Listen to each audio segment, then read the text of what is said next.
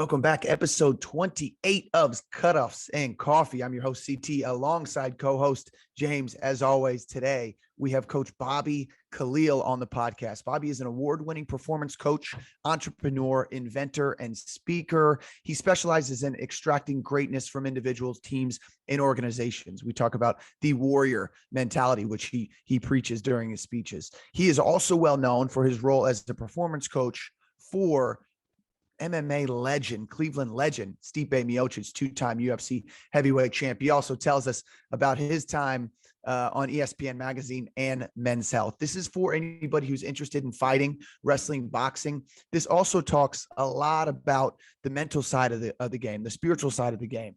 He gives us a lot of tips of how we can be better human beings just from what he's learned and the principles he's learned through being a coach and being a trainer.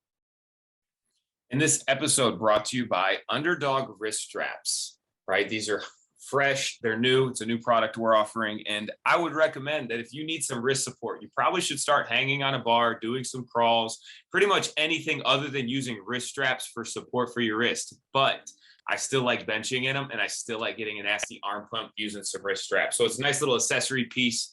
All right, don't lean on them. Use them when you're doing your benches. All right, Underdog Wrist Straps for this episode. If you like what we're doing here on the podcast, subscribe to our YouTube channel, Cutoffs and Coffee. Follow us on Apple Podcasts and Spotify or wherever you get your podcast. Follow our individual social medias. That's where we like to post about the speakers, the high performers that we're going to have on, and gives you, the listener, the viewer, to ask questions. So without further ado, Cutoffs and Coffee, episode 28 with Bobby Khalil. Please enjoy it as much as we enjoyed recording it. Cutoffs and Coffee, episode 28, Coach Bobby Khalil. Bobby, thank you so much for being on. What's going on? How are you today? Oh, great. How are you guys? We're doing great. We're doing great. We, if you're watching the YouTube video, which hopefully you are, we've got a green theme going. Coach is at the gym. He's got the green in the background. I'm here at the office, got the green in the background. James is disappointing everybody with just the white lights. But that's something that maybe we got to figure out moving forward. But yeah, thanks so much for going on, coming on with us. We want to ask you a question. Kick it off for the people before we even get into your story, before we even need to know about what got Bobby Khalil to the point he's at now. I want to ask, is there something that you think we need to know as hosts or people listening need to know about you that we can't find from a Google search or from your Instagram?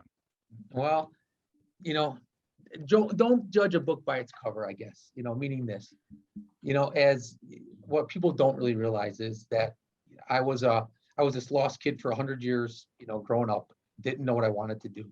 Wasn't getting accepted to any colleges. I graduated high school with like a 1.5 grade point average. But I found a passion that I didn't realize I had. I moved to Florida quickly, and I'll go into this deeper later. But the point is, I ended up, I couldn't get into nursing school because I couldn't speak Spanish. And I didn't want to move home because I just moved because I was miserable back in Cleveland because I was a lost kid, not behaving correctly. But I went to this massage therapy, neuromuscular therapy program, and I fell in love, and I was able to understand the body in a way that I wasn't able to understand other things in life, from English to math to whatever. I wasn't able to focus and retain. And again, I didn't know if there was something wrong with me or what the deal was, but I thought, what? I'll be a laborer, I'll do this or that. And then all of a sudden I fell in love with it. And then I moved on and tried to get my paramedics license. And then from there I went and got accepted to school. And I don't know much about anything else. Don't ask me to do anything other than, if you need help laboring or doing something, but when it comes to the body, I found something and I never looked back. And so 22 years later, with ups and downs and the world changing, the one thing is, give it time, find what you love and stick to it. And I think over time, you'll realize the gratification isn't always monetary. The gratification comes in, how you feel inside about yourself and the things you can do to change people's lives. Yeah, that's an awesome point. I think it's hard to bring that up without saying that there's got to be some flaw just in the education system still to this day that kids aren't able to find their passion until, like you said, you felt like you had failed. You felt like you were letting people down. You were lost, but it wasn't until you found something that you loved and became completely obsessed about. And then now all of a sudden, I can't say all of a sudden, but now you're I mean, performing at the top of your field when people who just know you from high school probably wouldn't have seen that coming just because, you weren't an AB student. Right. You hit it right on the head. It's exactly it. And hopefully they will come up with something. And I think they are. You're seeing these schools now and where, you're getting kids where they can learn PT early. You can go to early childhood education stuff and really work with kids. I think they're doing a lot from a nursing perspective and everything. It just wasn't around at the time. And I think they should do stuff more with the trades, because I do think, like right now with my kids, I would do in the summertime, there wouldn't be a camp. Their camp would be learning how to weld, learn how to plumb, learn how to do something. Then you could play your video games and do your sports and exercise. But it's a world, everything's so technology, but we sometimes, again, I don't know how to do anything, plumbing, electrical, carpentry. It would be flipping fancy. You know how much of a stud I feel like if I can do a little bit more than just tell people to do some curls and squat and keep your chest out, I don't know. Yeah, I can't agree more with that. I mean, I'm the same way. And then in quarantine, James and I were running some training sessions from his basement, and he basically renovated his basement by just watching YouTube videos. Yeah. Right. Didn't have much of background in that, but then figured it out. Yeah. I mean, I think that's one of those things that I love to be creative and put myself in an environment that forces me to learn something new. And I think that as a student, going through the education system, like, it is math, it is science, it has to be these subjects. And like, we can understand early on we're disinterested in those, but we don't have an alternative to those. Right. Whereas as we start getting into, even like a liberal arts college is kind of the same. Like, sure, you have a lot of different curriculum paths you could go, but it's still a lot of different boxes. And it doesn't necessarily allow for a creative path forward. Where if you get disinterested, you can shift gears into something that does interest you. And I think all three of us are doing something differently than we intended when we started our traditional education path. And I think it is a very hard thing for someone to find their passion. But that fire is there. And once you can see it in working with kids and in our field, like, once you see that little fire get lit, it's really cool to see that burn. It's true. Yeah, James, that's a great transition. We've talked a little bit about Bobby's, coming up, not great in school, but now is very passionate about what he does. Fill in those gaps for us a little bit. Tell us the Bobby Khalil story. How did we get from that lost child to now in the position you're at now? Well, it wasn't easy, that's for sure. So I started, and right out of the gate, I was able to come home, and when I moved back home, I went to school at BW for my undergrad. It was, I was a little step ahead. I was an EMT. I got a certification, but I realized this. Because I was so ADD and all over the place, I did realize this, and this is just something for parents to think about too with their kids, is I did a 3-month course in paramedics, EMT. Man, it was simple to know that I only had 3 months to focus. And if I just focus for 3 months, I can achieve something. And that then sparked. And then I said, you know what, I'm going to apply to this nursing school. And that led to me moving to Florida. Well, the massage therapy, neuromuscular therapy program was 6 months for massage, sports massage, 3 months for an additional neuromuscular, specialty type of treatment. And it was amazing. Again, 6 months only, and then I could become a licensed massage therapist, and then another 3 months, I'm a specialist. Well, in my mind, again, when you're lost, when you didn't know much, this was a massive accomplishment. So now my head was this big, I never really had an ego. So I just was like, I finally have something to feel confidence. Moved back home, went to BW, got accepted there. Well, I was able to work and do massage therapy work. So I made made some headways there. And then from there, I ended up getting my degree. I didn't want to stop. I went and got 2 master's degrees straight from there, and at Cleveland State, and opened up my first gym out of my garage, and really just, started to nickel dime the world of, and again, it's I'm not recommending this, but maybe I am, I don't know. But I took my weaknesses of being all over the place with my ADD, and in the world of personal training, the world of the body, in the world of working with kids and working with kids different than athletes, number one. Then you have athletes, then you have the adult clientele where you got mom and pop, you know, and you're dealing with those, and then you're working with those who are sick, all right? And then you're also working with those who are at a high level athlete, not the beginner athletes. And at that same level up there, now you work with different CEOs, you know, have people with power in their business who carry a different stress. And so when you have this mindset where you got all these little people talking to you in your brain and you're all over the place and you can't focus, it's a blessing when you can master that. Because I got creative. I got creative in my approach with kids. I got creative in my approach with adults. I was able to work with those who were sick and handicapped, and these cancer kids and these adults, because I was open-minded to not just doing the basic stuff, you know. And to me, that's what fueled the fire. And when I started getting success from that, you guys, I went from my first gym, I moved. Now, if you're asking my wife right now, it wasn't this smooth of a ride like I'm telling you, but you know, it was because she believed in, excuse me, what I was trying to accomplish. But we moved our gym 6 times.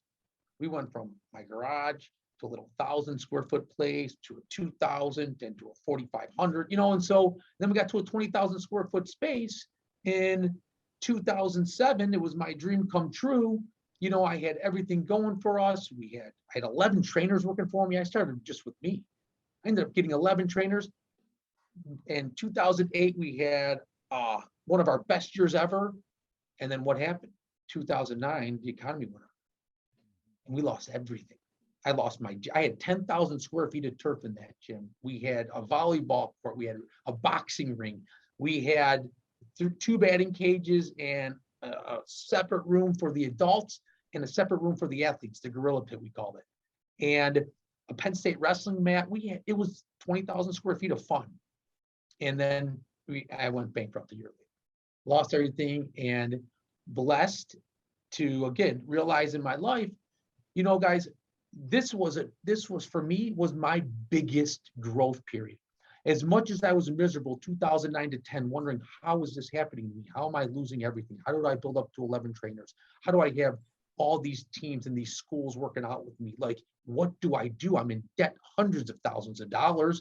But it was an advised move and we were doing great. Well, it dawned on me as all these businesses were going under. We lost all of our corporate contracts. We lost them because they were going out of business, because they were losing everything. And it dawned on me as I was doing these presentations for people and company was the depression and the loss in their heart. You see, they weren't. So many people were, if you look at this, like your parents and some people younger than maybe your parents, they've been in their job for 15, 20, 25 years. They know nothing else. A lot of them didn't even go to college. They don't have other skills. And so I realized, fuck, Bobby, this needed to happen to you. For you to achieve and reach your peak potential, you need to not only know the body, you have to respect the mind and the stress that others are going through. So you got to realize you're going to lose everything. And you're going to have to start over. And your credit score is going to be horrible. But realize something about, and I'm a Christian, I'm a devout religious person. So in my mind, I was dealing with what I needed to deal with to become more of the man and to become the person, if I was going to be this person that's going to change people's lives inside and out. I realized, you guys, that at the end of the day, I didn't do anything wrong. I didn't control the economy.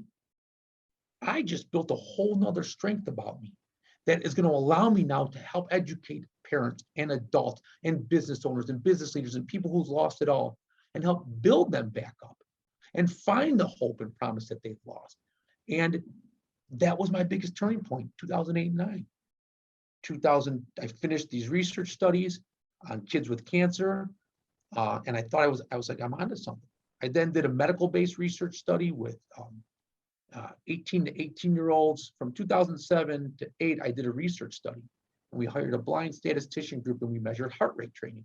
We got it all documented. And we got amazing results. So I'm like, I must be onto something here. Well, I took that after I then had to move our gym into a small little 12,000 square foot place, which I'm very blessed to have fallen into. Again, I believe it was a blessing, but I had to get rid of all animosity. I couldn't keep dwelling on the past, and I had to push for the future. So I started to then take that, and I applied with this concept for some patents. I now have 11 patents, and I'm working to continue to strive to build a solution to support these patents. And it's lifestyle management. It's truly helping individuals reach their potential mentally, physically, emotionally, psychologically, and spiritually, and nutritionally in a way that, they may not have been able to do it. And so, now I'm here where I'm at. I'll interview anyone. I'll go try to work. I work with the police. I work with the fire. I'm blessed to work with the hostage rescue team in Quantico, Virginia, to train these athletes. And I work with all these cancer people that call me from time to time and do untraditional stuff. And, guys, I tell you all this with, no ego or pride. It's freaking hard work. And it's this. I found something I can do that I love. I freaking love what I do. It's weird. I hate getting up at freaking 4 a.m. to come to work and be here by 5, but I love it because I don't know if there's anything else I could do that would ever give me this type of fulfillment. And so, 20 years later, here's where I'm at. Now, as you're walking, us through this story, it reminds me of your outlook on the hand you were dealt with the economy in 2009 is very similar in a sense to what all of us went through during the COVID quarantine and the shutdowns. And, something that we talked early on in our podcast was, hey, things can happen to you or for you. It just depends on how you look at it. And you really took that opportunity and grew and developed into, a business that doesn't just help athletes. You didn't really have a narrow focus. And a lot of people will tell you, hey, you have to have this niche and you have to only do the niche. But you had a lot of success reaching a lot of different types of people through physical fitness. Through that time, did you ever have any paradigm shifting moments that changed your philosophy on how the body works and how different people should be trained? Was there ever a aha moment? This is it for you as a health and wellness practitioner, as a strength coach in your time? I will say that when, the aha shift came when I truly realized, when I felt stress at a level that I didn't experience before, and I've gone through stress where, when I didn't know what I wanted to do when I moved to Florida and didn't get accepted to the nursing school. Once I was accepted, couldn't speak Spanish, so I wasn't going to be able to do too well in Miami, Florida. And, but that wasn't stress. You know what I mean? It was a stress to me because, stress is a perception, of how I perceive something versus how you perceive something, or UCT. Like, think about this. You perceive it one way versus me, and how I deal with it could be way different from you, and when, so now I lose all that and I say to myself, stress is what kills. See, stress is the key to so much. Stress to the body, stress from lack of sleep, stress because of emotion, stress because of finance. Well, now what if you couple all that on top of each other? What if you start to layer that and you don't have a plan? People start to crumble. And I realized then, James, this is a great question, because I look and I do, when I talk to groups, and especially to kids and stuff and parents that are going through stuff, here's the deal. Try to, easier said than done, try to respect the stress and focus on a plan to support that. Meaning, create these small, simple steps so that by recognizing the strength and weakness around it, here's what you need to do. There's 3 principles I learned: recognizing, educate, and consistency. Meaning, you recognize your strengths and weaknesses. You have to, whether you like it or not. Everyone loves to hear their strengths. No one likes to hear their freaking weaknesses. You know what I mean? educate yourself on what you need to do to make those strengths stronger, but more importantly, to overcome those weaknesses. That's the key. That's the stress. That's where you get bogged down. And education is the hard part there. How to fit it in your schedule. What do I need to do? I'm a single mom. I'm dealing with a kid who's, out of control right now. Blah, blah, blah. I have to work, school's at home. No, you figure it out. You have to stop. You need the education here to figure it out, or you're going to become more and more miserable.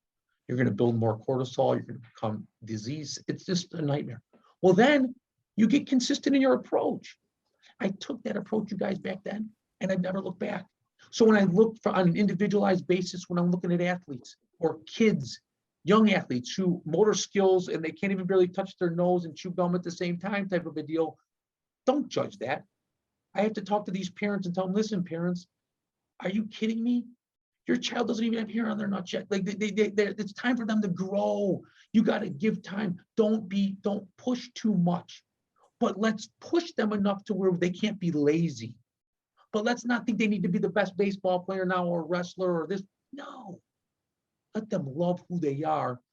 Force some strictness that's lost in this world today is the strictness part of it. Force some of that. Let them see their weaknesses. Let's build a program upon that. You as a parent should be learning this too and realizing, oh, my child is going to mature a little bit. It may take a little more time. I might need a little more patience myself. And from there, you stay consistent in your approach. Why consistency, you guys? Why I tell everyone this is because this. In a consistent approach, you really get to see the flaws. Over time, you can see if you don't give it enough time, how do you know if it's even going to work or how well it's going to work or how stable it's going to be? You can't. And so you get consistent. And when you get consistent, and if you educated yourself enough, you're able to remold yourself when the time is right. Because you've educated yourself, you've been consistent, so you know the approach. Now it just takes some tweaking to do.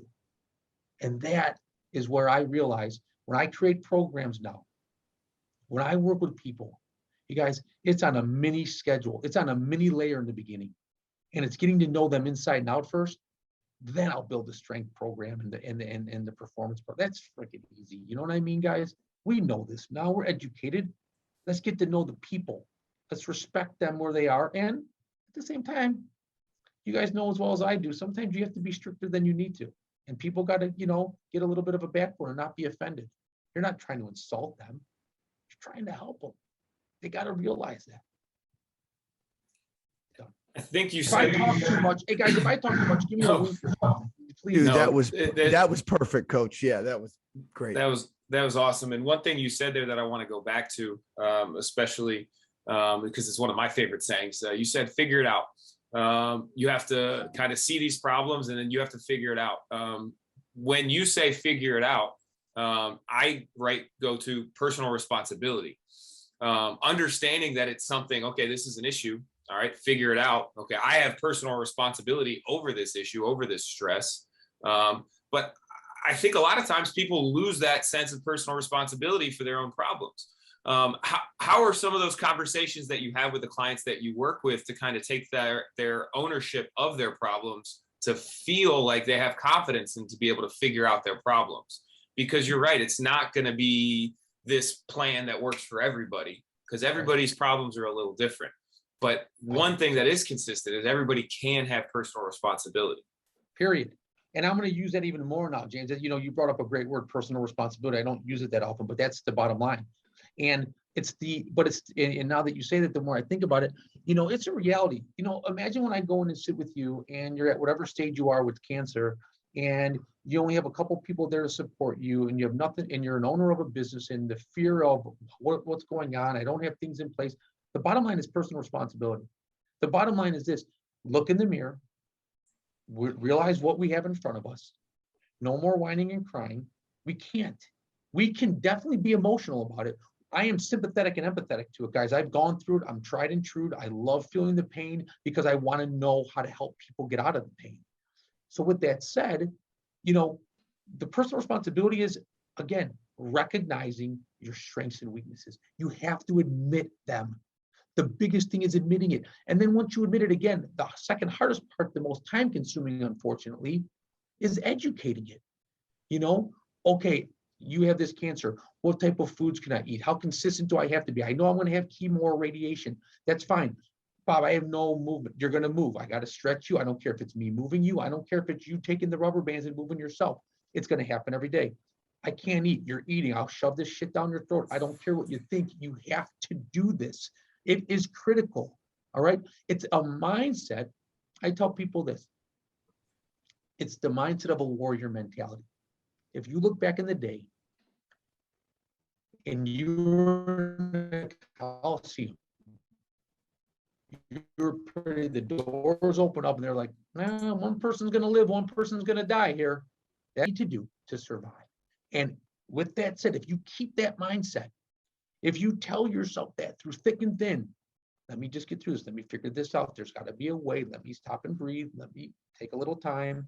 If you do that and then apply it consistently, it seems to me that you become more confident in yourself. And your ability to personally identify your strengths and weaknesses and come out with that and to be held accountable for it becomes easier. You get it, James and CT? You now, it's just like you start to do an exercise more and more. You start to, but until you teach people and force them to just look in the mirror and respect their situation, don't run from it, don't avoid the weaknesses. You can praise the strengths, focus on those weaknesses, because that's what's breaking you down. Parents don't always love to hear it. Significant others don't always like to hear it. Business owners, big business owners at the top don't like to hear it because they don't always have to hear it. They're the boss. They're the head honcho. But no, they need to hear it if they want to survive, if they want to keep their business going, if they want to, be able to wake up the next day. It's a different desire. It is. And so being able to again, hold yourself accountable and admitting, where you are is a big first step. I said in the intro before Coach came on that Coach specializes in extracting greatness from individuals, teams, and organizations. I think if 10 minutes into the podcast, if you haven't figured out why I said that, then listen back to the first 10 minutes, because that's exactly what you're giving us. And we really appreciate all that. What, Coach, when you were struggling, when you were having some success here and then falling back, and then when you took a job, but you couldn't work there because you couldn't speak Spanish, then you had to move back to Cleveland, then you did all this. What kept you going? What kind of kept you on the path? What kept you motivated? And I think about the people who feel themselves in that situation right now, where they're at the bottom. They feel like everything that they're trying to do is not giving them the results they want. What did you do to keep going? What kept you motivated, and what can people, take from your story to help themselves? It was a big time when I went, when I lost everything, it was a trying time, for my wife and I had to look in the mirror. My wife, was like, Bobby, you have a great resume. There's people that want to hire you. Go get a real job. What are you doing here? You lived your dream. You did a great job, and we prayed about it. And I talked to her and I said, hey, honey, there's something else grabbing me, the biggest part is this: when you believe that something is meant for you, it's easier to continue to strive to go get it. And the weird thing is, it seemed, to a lot of people, they might think it's insurmountable what they're dealing with or what they're going through. Again, for me, it was realizing that I needed to go through this and to continue to push forward, and again, until you try to take those steps to do it, CT, like you truly don't know. But what you do realize, if you're open and honest with yourself, like your heart will drive you. Your heart drives you if you trust your instincts, if you trust your feelings, if you can be passionate about it. It drove me to succeed. I wouldn't even applied for those patents then. Now I have nothing to show for it. You guys, listen, I'll tell you this, a deeper story. I've invested and lost $1.5 million in my software idea with these patents because we were so ahead of the game in what we were thinking. I trusted development groups, and I have to sit there and go back to my partners and go back to my wife and say, man, we got screwed again. I'm a guy who doesn't make any money. again, my love comes from what I do. My success comes from the way I make that next person feel, or that company feel, or those people or those teams feel. It's not always monetary. And so I continue to get knocked down. But there's something there, you guys, in a way that I can't explain it other than if it didn't hurt me inside, if I look away and it kept me continuing to want to move forward, I maybe would have looked the other way. But I'll tell you this, realize this, if you don't feel it here, this is a big topic I'm going to mention here, the statement I'm going to say. If you don't feel it strong inside, and you think maybe you were doing it for the wrong reasons or for the wrong person, respect your character. Respect what you should maybe and maybe go down a different road. Respect that you tried and that you were maybe doing it for the wrong reasons or for a selfish reason. And one thing I can say is I was never selfish. I was never once selfish because I devoted every bit of my ounce of energy to helping people. I gave 11 trainers jobs and I raised them to be, they were, I don't want to say a nothing trainer. That's disrespectful. I don't mean that. But they were very uneducated and raw in the field. And I was an open book. And I promised myself, if I'm going to lead, I have to lead with everything I know. And I can't be afraid someone's going to steal my ideas. I can't be, and I was weak. All right. But after all these years, I can tell you, the more I teach and educate, and I got away from being afraid of people taking my ideas or getting clients from me or taking those players or worrying about that, I realized it opened up more doors for me. It got me more respect. It proved that I was truly dropping my pride and ego, which I say I do, and sometimes you don't always do it. It proved it. And it gave me more to achieve. And again, then what did it do? It built this freaking feeling in my heart even more. So respect that gut feeling. Know that you may have to turn. And respect too, if you don't have that gut feeling, I'll leave it on this. Why don't you? Were you doing it for the wrong reasons or for the wrong person or for the wrong situation? It's all about being honest with yourself. Is it just experience, or is it books? Is it meditation? Is it videos? Where did all this come from? Did this just come from this energy, this passion, this determination? Did it just come from the heart? Did it come from being passionate? Did it come from, the people you love? What made Bobby the Bobby he is right in front of us today? I would say a combination. I'm blessed because people supported me. My mom, number one, has been nothing but the greatest. She raised 2 boys, and was just she was the work ethic that I think that I was. A single mom raising 2 knuckleheads is something to do. And so that gave me the work ethic. I look back and I say to myself, I achieved my degrees in these small little steps I took. It's my time, to lead, and books, not much of a reader all the time, more if I'm going to read, it's the spiritual book of how to keep that mental fortitude and warrior fortitude and a spiritual mindset in a world that's kind of broken and beat up. But then what I also do is I get here at 5 a.m. and everyone knows when I walk in the door here, you're going to do anyone's allowed to work out with me. It might not be, but I will do a workout before I give it to any person in this world to do.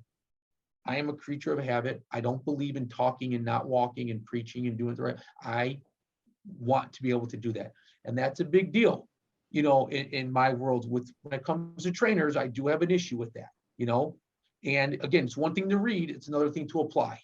It's one thing to watch. It's another thing to apply and see what it really does to your body. Doesn't mean you have to do it at the level that you may have watched the video or saw. However, you have to respect it and you have to try it and you have to go through it. And for you to be able to preach it and want to pretend you're something that you're not, it's not really fair. And that, guys, is where your true character, your true integrity comes out that people see. And when people see that, they're drawn to you. And again, it's not always been easy, but it's the people out there that have taught me, the people out there that I saw books from and that I saw videos from and what I do. All I do is put a twist to it. Bobby Khalil's not taking credit for any of that. Bobby Khalil's taking credit for working his behind off and then going out and trying it. And Bobby Khalil's going to give credit to all those people, and just say, listen, I was just a sponge that has a big mouth, and was able to, let it out there to educate people. And so to that point, it's a combination of all of them. You need to find your team. You need to find the people around you that are going to support you. No negatives. Been around too many naysayers, man. Too many people that are, number one, you got to get rid of that because it brings you down anyways. It's like that in life. And when I talk to groups, I don't want you to be working with a negative employee. I don't want you to be working with a negative spouse. I don't want you working with these kids. You got to fix it. Boom. From there, you give credit to those who have taught and helped you and educated you, and you apply it, you apply it, you apply it in a way so you can feel how it works. You can feel the scars. You can feel what it's about. You can feel what works. It's just, it's a system, you guys. It really is. Can't be afraid to fail. As you're talking here, man, I have this visual image. You talk about the warrior mentality, and I have this visual image of you throughout each of these little steps that you've taken, whether that's education or whether that's experience or whether that's being a leader, helping other coaches, is you're just putting armor on yourself. And one thing, and we've talked about this, building body armor. One thing that we've talked about this concept, but the concept of like love is your biggest armor. Love is that breastplate that is protecting your heart, but it's also letting you go into these scary situations that sometimes are new, like moving to Florida or, having to downsize a gym and into a new space. As you think about building your armor, how do you incorporate that into your day-to-day routines to always be grateful, being around so many different populations, especially the cancer patients that you're working with? Are there certain things that you do that are non-negotiable every day that help kind of solidify that armor for you? Yeah, that's a fantastic question. Like I said, I try to wake up. I don't try to wake up every day and pray and give my blessings. I do it every day. I try to do it at night before I go to bed, regardless of the day I have. I'm blessed to be alive, regardless of the situation.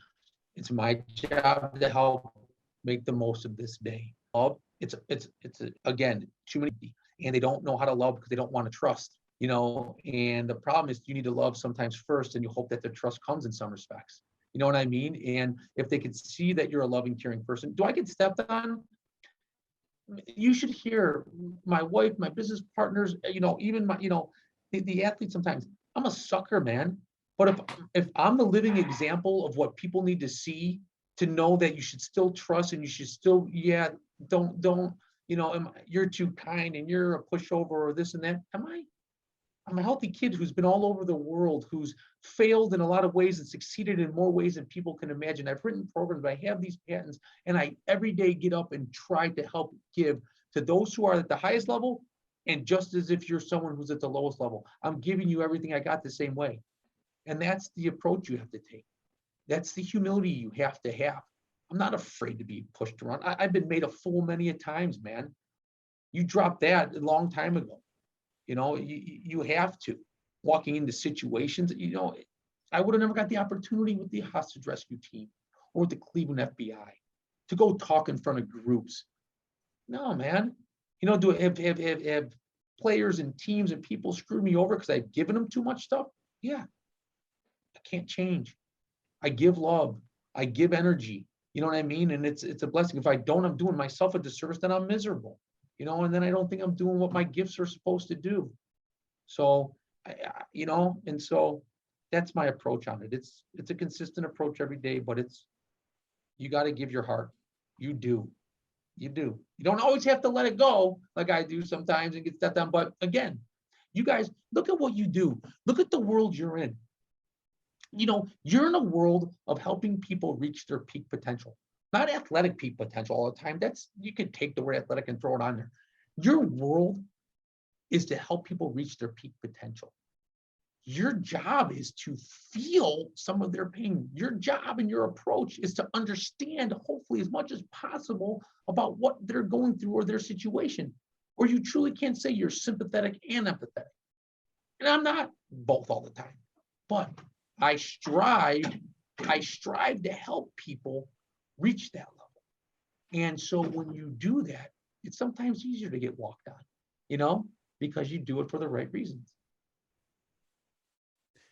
Coach, you're passionate, obviously, humble, obviously. So I think we need to brag a little bit about you.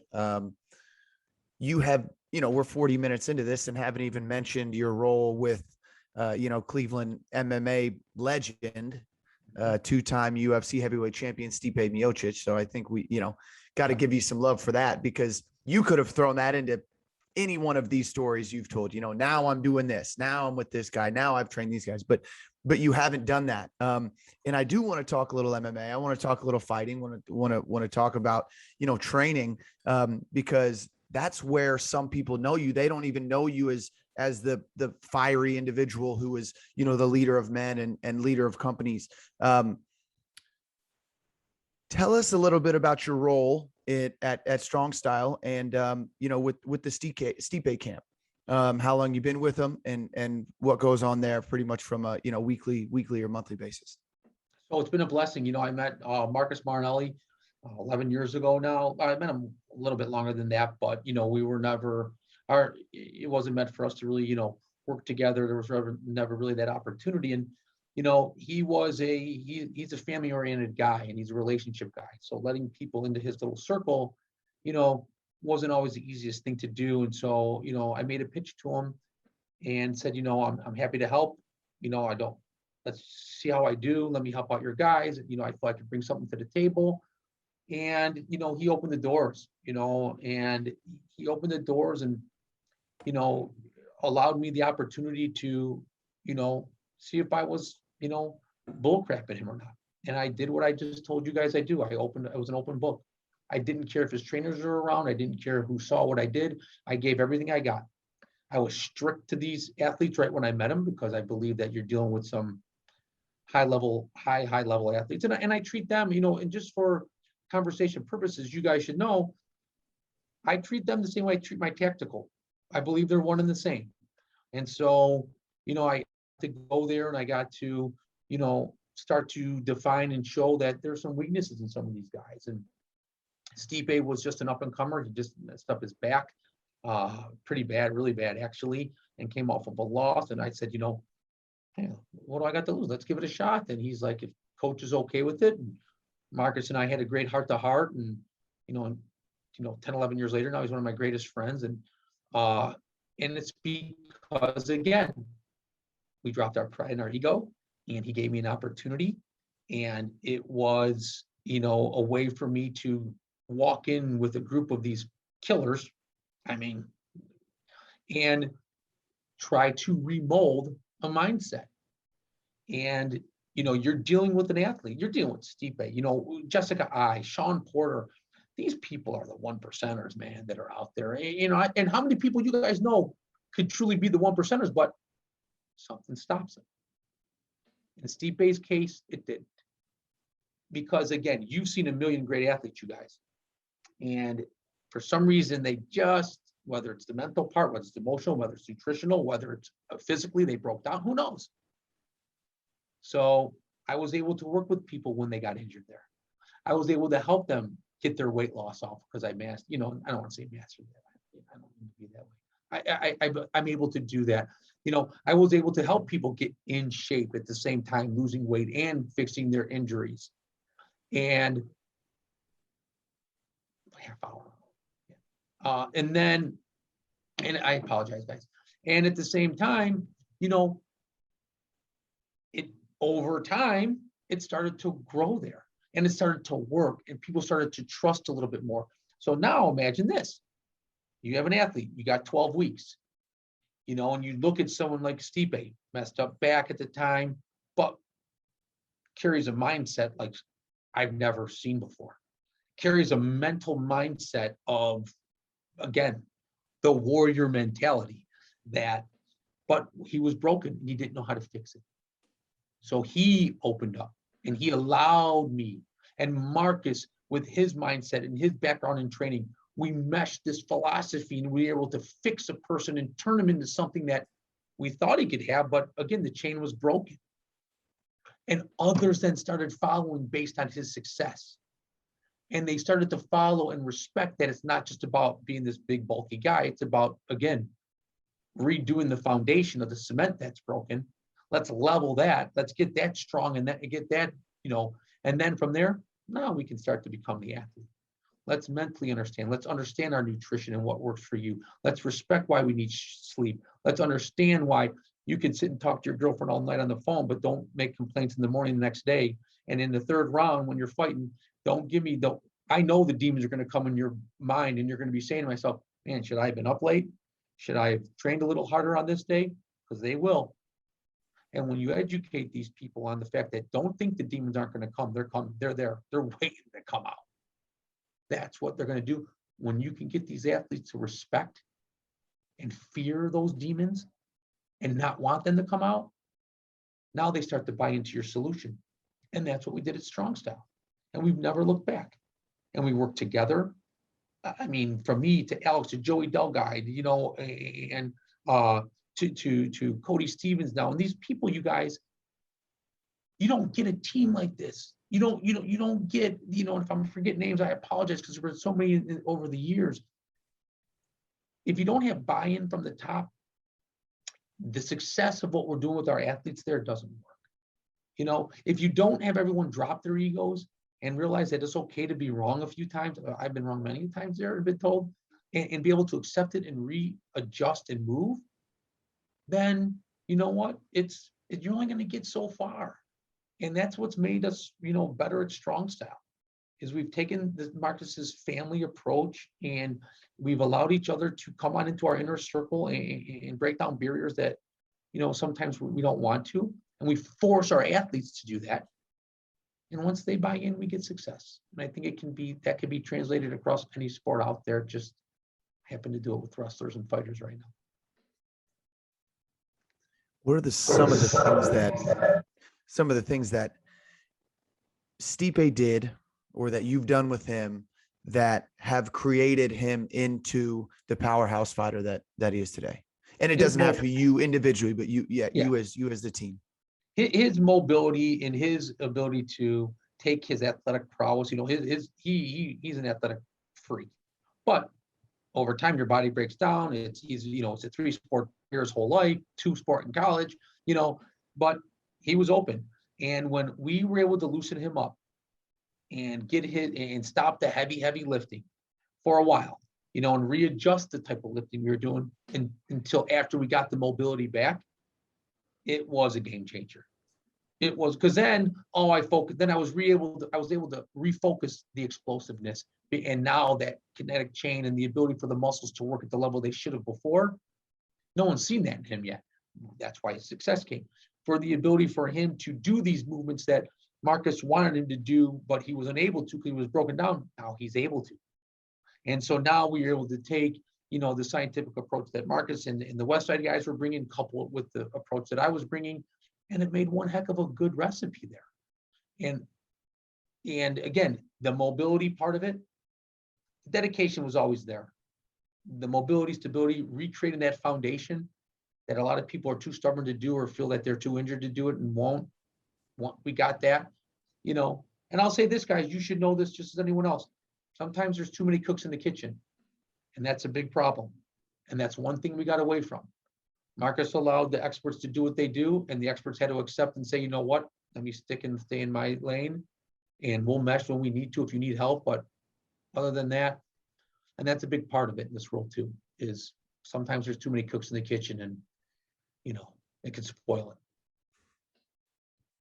What does a camp look like for the people who aren't super familiar with boxing and MMA? What does a camp look like? How long, how short is it? What do training days look like? Kind of walk us through those a little bit. So it's roughly 12 weeks, is what we like. You can do a little less if you have an athlete who stays in shape all the time or is pretty consistent in their, their prehab, rehab work, and their off season. They don't just, plummet up 30, 40 pounds, which most of them do. It's, it's a consistent approach. We start every camp understanding what their weaknesses are. Again, the principles don't change, recognizing your strengths and weaknesses.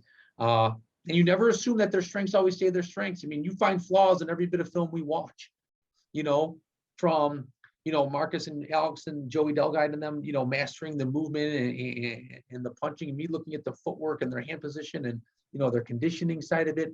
It's a breakdown, and so for a camp,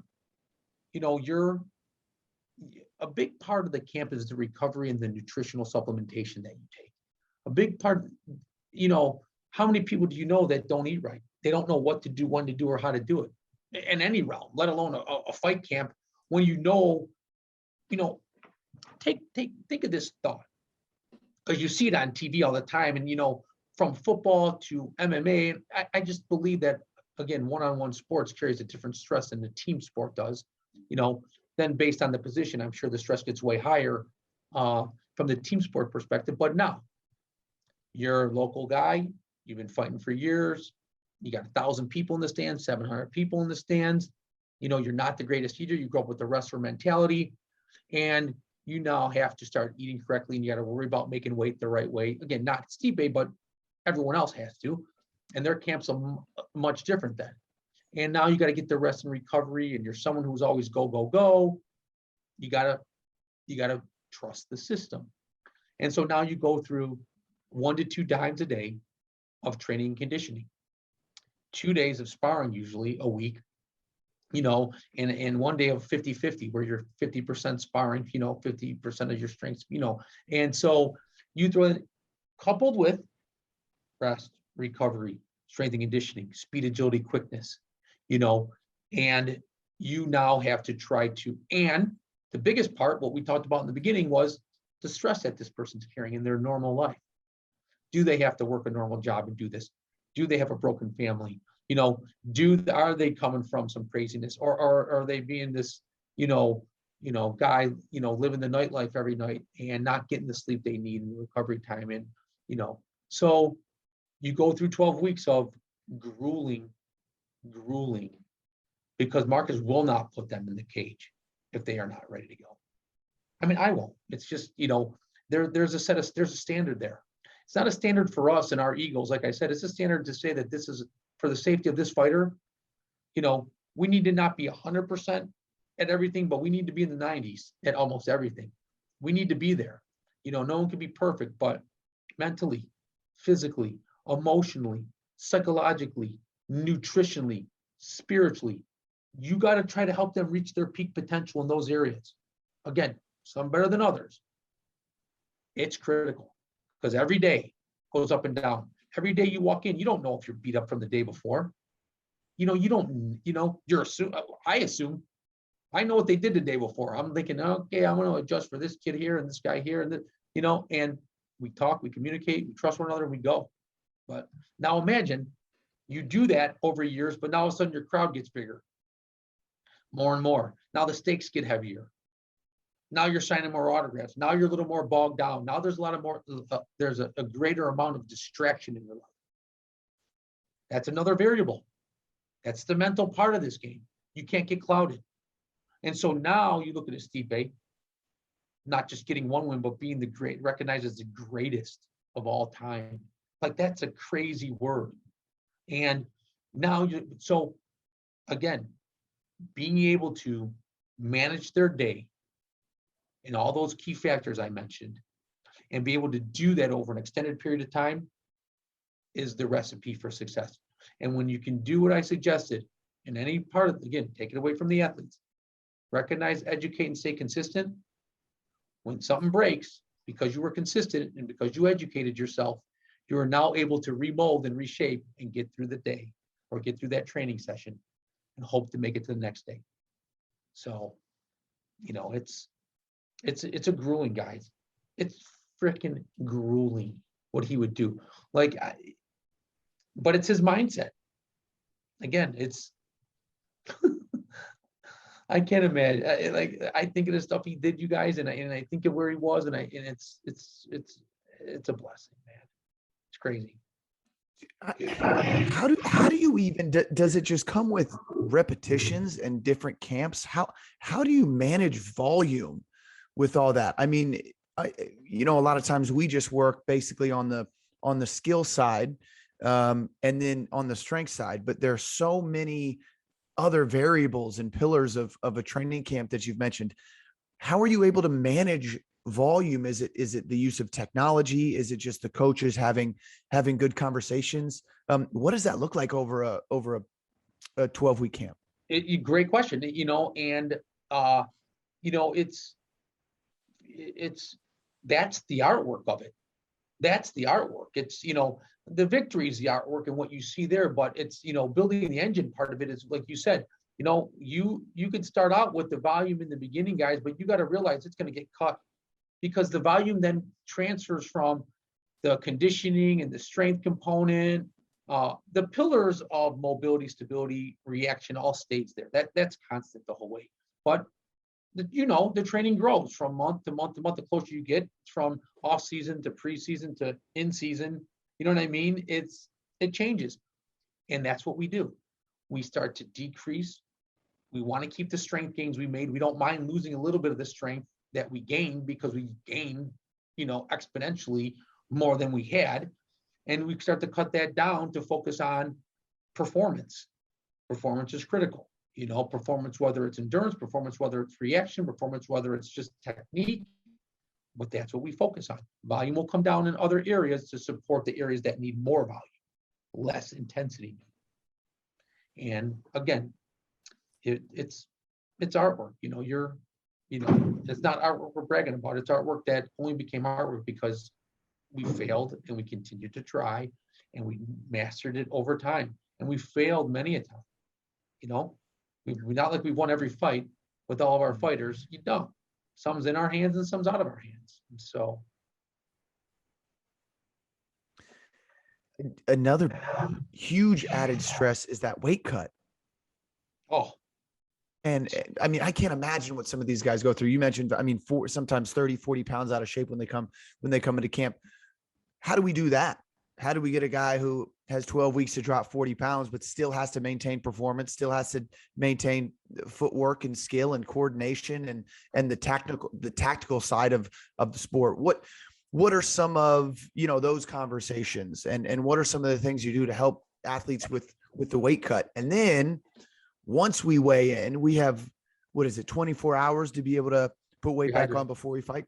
Tell us what that looks like as well. Yeah. So the weight cut's the biggest thing. I think I probably made my name the most in this, which helped me, it helped, catapult me, I think, a little bit because of the success I had with Sean Porter originally.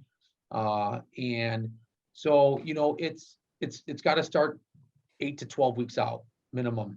And it's small, my approach, people can argue, for all I know, I'm wrong. It just seems to work. Is small meals all day long. And I'm making sure I'm getting all my macronutrients in me throughout all those meals. And I know you're going to get sick of this word, but it's a consistent approach every day over time. Because then what I'm able to do is slowly take off the weight, not lose the performance part of it that I need. Because you got to respect too, again, these bodies, their muscles are broken up. They need to repair it. They repair it with food and supplements. And so again, but if you're diligent and consistent in your small little meals, I can then supplement more in other areas and less in some of the other ones in order to make up for what the body is going through. So now you hope that over time, it starts to slowly come down and they get to this point to where they reach their goal with me, and then they can go 2-3 days and stabilize at a weight. Then we cut half a pound more. We'll stabilize there for a day or two, half a pound. And I nickel dime it the whole way through. The same way I do my eating is the same way I do my weight loss with people. It's going to take a little bit of time, but you're going to get on that scale and you're going to feel good. And when you do it that way, to talk about the rehydration approach, now their body's not so stressed. Now their body wants to reabsorb because it was used to it. When you don't eat and when you go about this and you lose the weight you do, which a million of my fighters have done for years and my wrestlers, we were all taught the wrong way, and so, but when you reteach and you allow them to trust biggest part, and they stay consistent, man, they love so much the way they felt going into that fight that it becomes so much easier the next time. But until you do that, you don't truly trust, and then you kind of cheat the system. But then you realize that, because understand this, you don't just, if you lose it the wrong way, you're not going to put it on the right way. So you got 24 hours to put in your fluids and do however people do it. We have our own little system. And with that said, it ain't going to absorb properly. So come the third round, when your legs are full of lactic acid, and now the demons come out, and you're asking yourself, holy crap, what did I do wrong? What did I not do? And you realize that you really probably didn't reabsorb because first of all, we're 20 pounds over, 25, 30 pounds overweight to begin with, and again, you didn't follow the plan the whole way. Those are the demons that come out. And that's what breaks you down, and again, you got to hope that you can adjust your strategy to make them get through that fight and hopefully get the victory out of it, because the fear that sets into you is horrible. And that rehydration only works, you can only absorb so much. So that's why if you just take it out slowly, your body wants to absorb it because it was never without it for so long. And so it's worked, man. It's been, Sean Porter was, I don't know, close to 180. We got to 144 when we fought Adrian Broner, and we went 12 rounds. And, with all these other ones, it's a testament to a system, a methodical approach, but it takes the athlete to do it, right? You're not with them 24 hours a day. You don't know what happens when they turn around. When you turn around, you don't know what they're doing. And so you hope they buy into the system. And when they win, and when they do it the first time, they realize it wasn't such a bad approach and it's not such a struggle like it was, it does become much easier. I think I've seen the weight cut for fighting firsthand go right and go wrong. And when it goes wrong, it is a very scary situation. The athlete ended up in a hospital after the refeed process. The second time I had worked with this athlete and ended up in the hospital with too much fluid in the body. And it just goes back to what you said is the first time around, we were super consistent, dropping a consistent amount of weight week by week for a long period of hard work and hard time. And it was a very easy weight cut the last week. Pretty much nothing to do. We were already there. Second time around, listening to somebody else with how they should cut weight and tried to cut 20 pounds in a week and, ended up in a hospital. I don't think people really realize who have been just kind of watching on TV how dramatic a weight cut gone wrong can be. Did you ever in your early years of working with guys, see that in person and then have conversations about your systems and have some, hopefully positive experiences moving forward?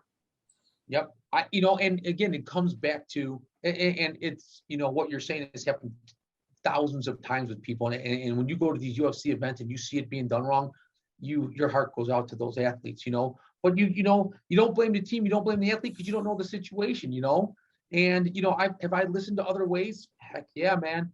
Has it gone the wrong way? Yeah, I won't do it again though, and that's when you don't trust yourself. That's when you don't, I've gone through the diet. I fasted with Sean Porter. I've gone through days without eating and doing it wrong. I listened to other people out there and I said, what am I doing? But again, you have to do it yourself a little bit to truly know. And, and I did that. And so, but it's why I'm so confident in the way that I approach it now. Again, you don't know what they do when you turn your back. So you hope, but I will tell you this. It's such a scary feeling when you're 6 pounds over or 5 pounds or whatever, and they're 3% body fat. And you're like, what? How am I getting this off? It's so scary and unhealthy for that athlete, that you should almost wonder why they're not mastering with the stuff that's out there now that you can follow and see and do. If it ain't broke, don't fix it, man. if it's been working for all these times, and why, there's certain things you just don't mess with, now life gets in the way. What do you got to do? You got to adjust, but there's a lot of different ways to do it. And I'll tell you this, having someone not make weight, having their blood pressure shoot up so that they can't fight, having them make weight but not be able to replenish, and then their body breaks down even more and rejects the food or the stuff you want to put in it, so flipping scary and so not deserving, especially with the hard work they just gone through for all that time. And then you got to worry about what the management thinks, and then you got to worry about what promoters think, and then you just sold all these tickets. Man, it's an avalanche, so. Bobby, I want to hit a couple questions here. Don't want to take up too much more of your time. I'd like to hit a couple questions, but they don't have a ton of continuity. So we'll kind of just jump in and out of it, but love to hear your thoughts and hear your stories about these few things. And then we'll let you get back to what you're doing. But I want to hear a little bit about your work with the Ohio SWAT team, Cleveland FBI, the hostage rescue team. Tell us a little bit about that. We touched on it earlier, but tell us what you do with them. I think that's such a cool thing. Yeah, it's a blessing. I had an opportunity to go meet with some of the FBI guys and the SWAT team and stuff, and the Cleveland FBI, and I did a little presentation, and then I did a little more work, and they opened the doors to me. I was able to get, become a government contractor. It took a while, and I went and met. I got to go to Quantico and get a tour from one of the FBI guys here in Cleveland. Took me on a little road trip, got to meet some amazing people, and they got to hear my background and said, "Hey, would you ever want to come up, throw your name in the hat?" And I said, "I'll come there and I'll give it a shot. What do I got to lose? The fact that I could be here." And, it was a blessing. And so I went back there and I did a self little, I had to present in front of all these groups. I had to do, it was actually a workout presentation. So I had to bring my own stuff. I brought all these bands, I brought all these toys I have. And I was, again, strict out of the gate so that people would do what I asked. Because you know how people are, they don't, you're talking all these GI Joes out there, man. These guys are animals. They're amazing. I mean, I respect them on, a much greater level than I do my athletes. I mean, and I love my athletes at the level, and Steve May and these and Jessica and all these people who have helped make me, because I made them, is not lessening that. This is different. This is so different. The stress, the mindset, what their bodies have gone through. And I went through that, and they get 1 million Bobby Khalils that walk through there probably a year. I just took a different approach. I broke it down. I had fun with them. I respected all their weaknesses. I wasn't there to give them a crazy hard workout. I was there to give them a different workout and tax them in a way that supports the demands of their job. And I guess they liked it. And it's so much fun, you guys, because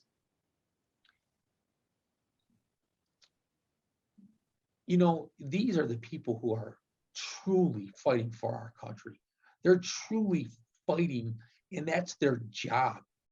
And a lot of times these police officers are put on in such a bad sight of the public eye, and no one can truly respect a reaction that they have to make in under a second, if not two, and be able to respond in a way that is, in people's eyes, righteous or ethical or this. Come on, you guys. People should really look in the mirror and respect the demand of what these people go through and the stress, and know that their character is there to help, and always was when they got into it, is to help this country become better and become stronger. And when I looked at it that way, and when I took that approach, and when I presented it to them in a way that said, listen, I believe that this is how you guys, in my mind, how I view you, and respect you at such a level. And that's why I'm showing you how much I care by how much I want to put into this. They just bought into it. And it's a matter of, again, when people, again, whether you're sick, healthy, athletic or not, when people can believe in what you're trying to do for them. And the fact that they could hear it come out of the passion in your voice and in your throat and in your actions, they're more, readily wanting to absorb what you're doing and saying. And I do it with them, and I do it because it comes natural, because I do feel so much passion and I do want to help them so much, because I realize what they're at risk doing, because I realize the stress and what the media puts on them sometimes. So I go in there saying, I'm going to give way more than I ever have. I'm going to give what I have to. Doesn't matter. I get to go on these training missions, their practice missions, and see what they do, and get to wear a body cam and a full armor and get to experience an eighth of what they're truly experiencing, and then look at the video and help them. I'm asked to help figure out how can you make them faster? How can they perform better? What can make them more efficient in their movement and in their reaction time and cause less fear or anticipation? To be asked to be a part of something like that and do that, man, dude, I'll study all night, every day. I'll listen to everyone. I'll give credit it does not matter. So it was a blessing to me. And so I turned it around in my heart, my mind, and said, this is a blessing. This is your gift. Go out there and do it. And so that's why, it's the mindset that I took that made that so good. It really, so. I'm trying to think of what I wouldn't do, and the list is not long, to be a metaphorical fly on the wall for a training session with Bobby Khalil and the Cleveland FBI. There's like not really a lot of things I would do. That would be so cool. You were featured, Coach, in ESPN the magazine and Men's Health. Tell us about that a little bit. Tell us about that experience. It was fun, and it's because of Stipe and his growth, and and Marcus giving me the opportunity. But it was, it's a blessing. I forget about that sometimes. So, it's one of those things where you get the opportunity to showcase to everyone, the approach you took.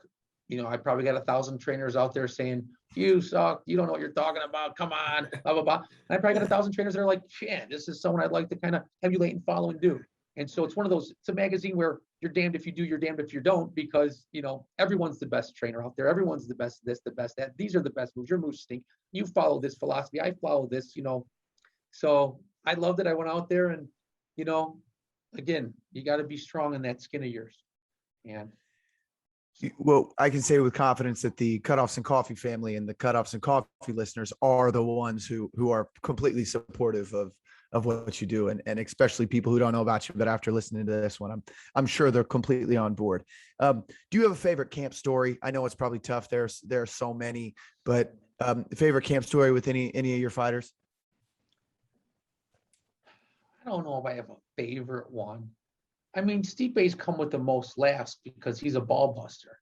I mean, Jessica's camps were amazing, but again, the weight cut, she was someone who, ranked 1, 2 in the world for, 2, 3 in the world for a long time, and one of the best athletes I've ever worked with, and amazing humans and good camps. But the weight loss part makes it tough at the end, and I was blessed when we worked together. She made weight every single time and was super successful and healthy for her fight. So it was a blessing there. But Stipe's camps, we play euchre, we drink wine. He works out day and night. We get to give him an ice bath and we mess with them. And, it's, when I tell you the stories that are had, and I'll take it a whole nother step further, we bring in these specialists too. So I've got to meet these amazing, like Adam DeSabado comes in and he brings in his theories, and, I get to meet people who make me better in a lot of these camps, and I get to go and I get to study underneath what others do, and it makes it fun. But when we're at Stipe's camp and he doesn't have to lose weight and we can eat, and we can, again, the coaches play euchre at night and we tell stories, and we always watch funny movies. I'm in charge of the funny movies, so we don't bring any negativity or anything the week of. I want nothing but laughter and love when we do it, because it'll be intense enough. It's intense enough during the training. And so, we do that. And then we But like, you know, again, there's there's so many of these camps where the ball busting part of it is what makes it the pain that they go through worth it. It really is. And I will say this, from his losses, from any of my fighters' losses to their wins, I will say this, make the most of the time you have with the individual, getting to know them inside and out so that you know what buttons to push and when to push them, I think has made it a little bit easier. And also knowing the personality of that person when, you know, times are tough or when things are at, to know really, you know, what you should maybe adjust on the fly and do. But, you know, I don't know if I could really label one camp that. Being on the Ultimate Fighter show was a trip though, because we got to go drive race cars and Indy cars. We got to do, they shut down a go-kart place and you had 12 lunatic kids and guys competing and going crazy in this indoor go-kart place that was going like 70 miles. It was insane. And then playing poker with these guys afterwards. I mean, it's going to parties. Like we got to go to a Super Bowl party at the Aria. Are you kidding me? What the hell is Bobby Khalil get to go to a Super Bowl party at the Aria? I mean, it was wall to wall people on TV and drinks, and you know, it was. So I'm super blessed, you know, in every facet of the imagination when it comes to. I make the most of these camps. I won't, because I have a lot of work to do. I got to work with their injuries. I got to work with their performance. I got to work with their weight loss and their food and make sure they take their supplements. So I just have I got to make the most of it or I'll lose my mind. I would lose my hair if I had any. Do you, Bobby, do you have an accomplishment out of the, I mean, many that we've hit on in the last, 90 minutes, that you're most proud of? I do. I've been recognized with a few, and I won't get emotional here, but I have a woman that has truly allowed me to, her name was Connie Waxman. She passed, and there's two people, and she gave me every bit of confidence in working with people who are sick, because she was a frail 2% chance of living type of 100-pound pancreatic cancer woman, and she ended up living 7 years longer than they ever expected. And it's because of the trust. Stipe's accomplishments, amazing. Hostage rescue team guys are, again, like I said, on top of Stipe's because of what the blessing I had to work with them. Working with someone who's told that they're, potentially terminally ill and there are no, they're going to go soon, and being able to fight that battle and, be able to work with them and get them 6+ years on their life, and nothing will ever, ever, ever outweigh that. And there was one other woman that I did it with who is, honestly, one of my best friends, and she ended up having brain cancer, went to the body. But when she went into remission, she was, in one of the years, she was able to have a baby boy. And that kid's doing amazing now. And she passed. But 5.5, 6 years longer than ever expected. And those are my testaments. Those are what I truly strive for. All the other stuff is a blast and a blessing. That is an accomplishment to me. And even though they passed, I will say this. You don't ever experience seeing someone at that level until their last breaths. You're with them day when they're healthy. You're with them when they're sick. You do what you do. You know them inside out. You see their tears. You see their fears. Why is it such an accomplishment to me, even though they passed? Because it made Bobby Khalil a better person inside. Now you see things that, and now I can take that confidence and that energy and that motivation and that promise, and I freaking give it to everybody. And I don't let them give me excuses. Why? Because I'll throw that freaking Connie Waxman name in your face, and I'll throw Buell's name in your face, and I will let people know, don't give me your bullshit, because you know what? You don't know what it's like yet. you don't realize it. You're way better off than you think.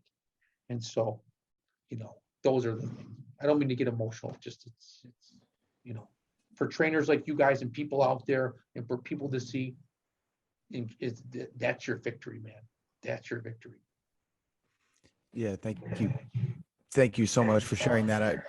I appreciate it. I know our listeners appreciate it. Last thing, we'll wrap up with your coach, and then we'll let you go. What do you think we are missing as an industry in strength and conditioning? And we've touched on so many things, the spiritual side, the emotional side, the mental side, the physical side of training. Are there things that we are missing as strength coaches that if we would just do, on a daily basis, that we would be able to have a bigger impact than we are able to have currently? Yeah, I think, and that's a wonderful question is, I think what we're missing is open-mindedness. I think that there's 1,000 things out there. I think the problem is that, a lot of people want to stick to a certain way in a mindset. They don't want to adjust, and they don't try it enough if they do adjust. And so that's where you lose the opportunity of seeing what really works.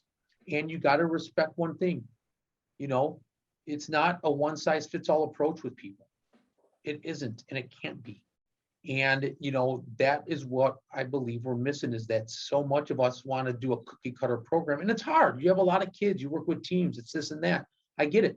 However, you have to realize that people grow at certain speeds and at certain times. And, the maturity level and the dexterity and the motor skills of people are always different. And the stress and the way they perceive it is different.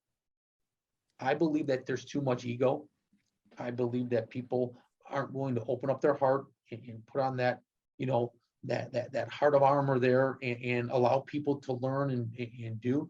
And what trainers are, the biggest issue I have with trainers right now in the world is they're worried about getting their ego bruised. They're worried about that pride. Drop it, man.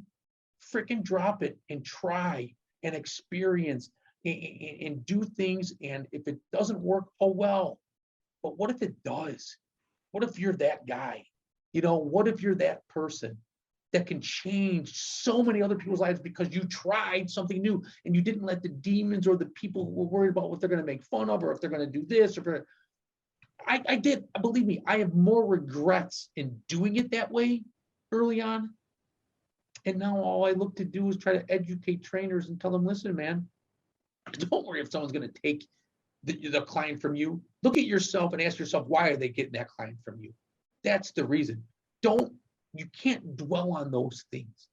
Don't worry and think that your way of squatting is the way and it's got to be this principle. Stop it. Flip and stop it, man. Maybe it's great for this many groups, but you got to be open to wanting to change and be open-minded to know, and be not just open-minded, be moldable. Be moldable to suggestion, and drop that ego.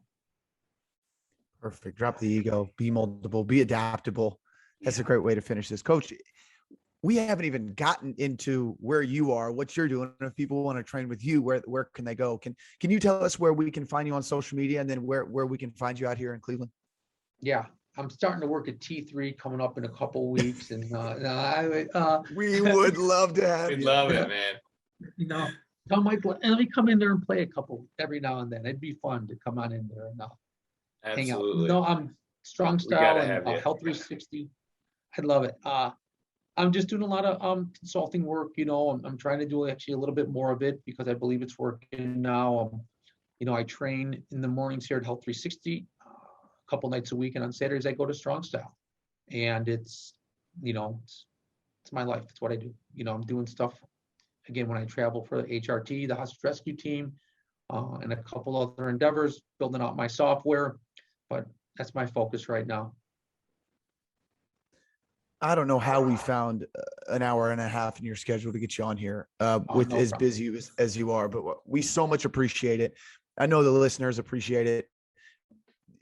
Episode 28 of Cutoffs and Coffee is in the books. And we actually ask 3 things of our listeners at the very end of every episode, and you hit on 2 of the 3. So we ask everybody listening, please continue to practice gratitude.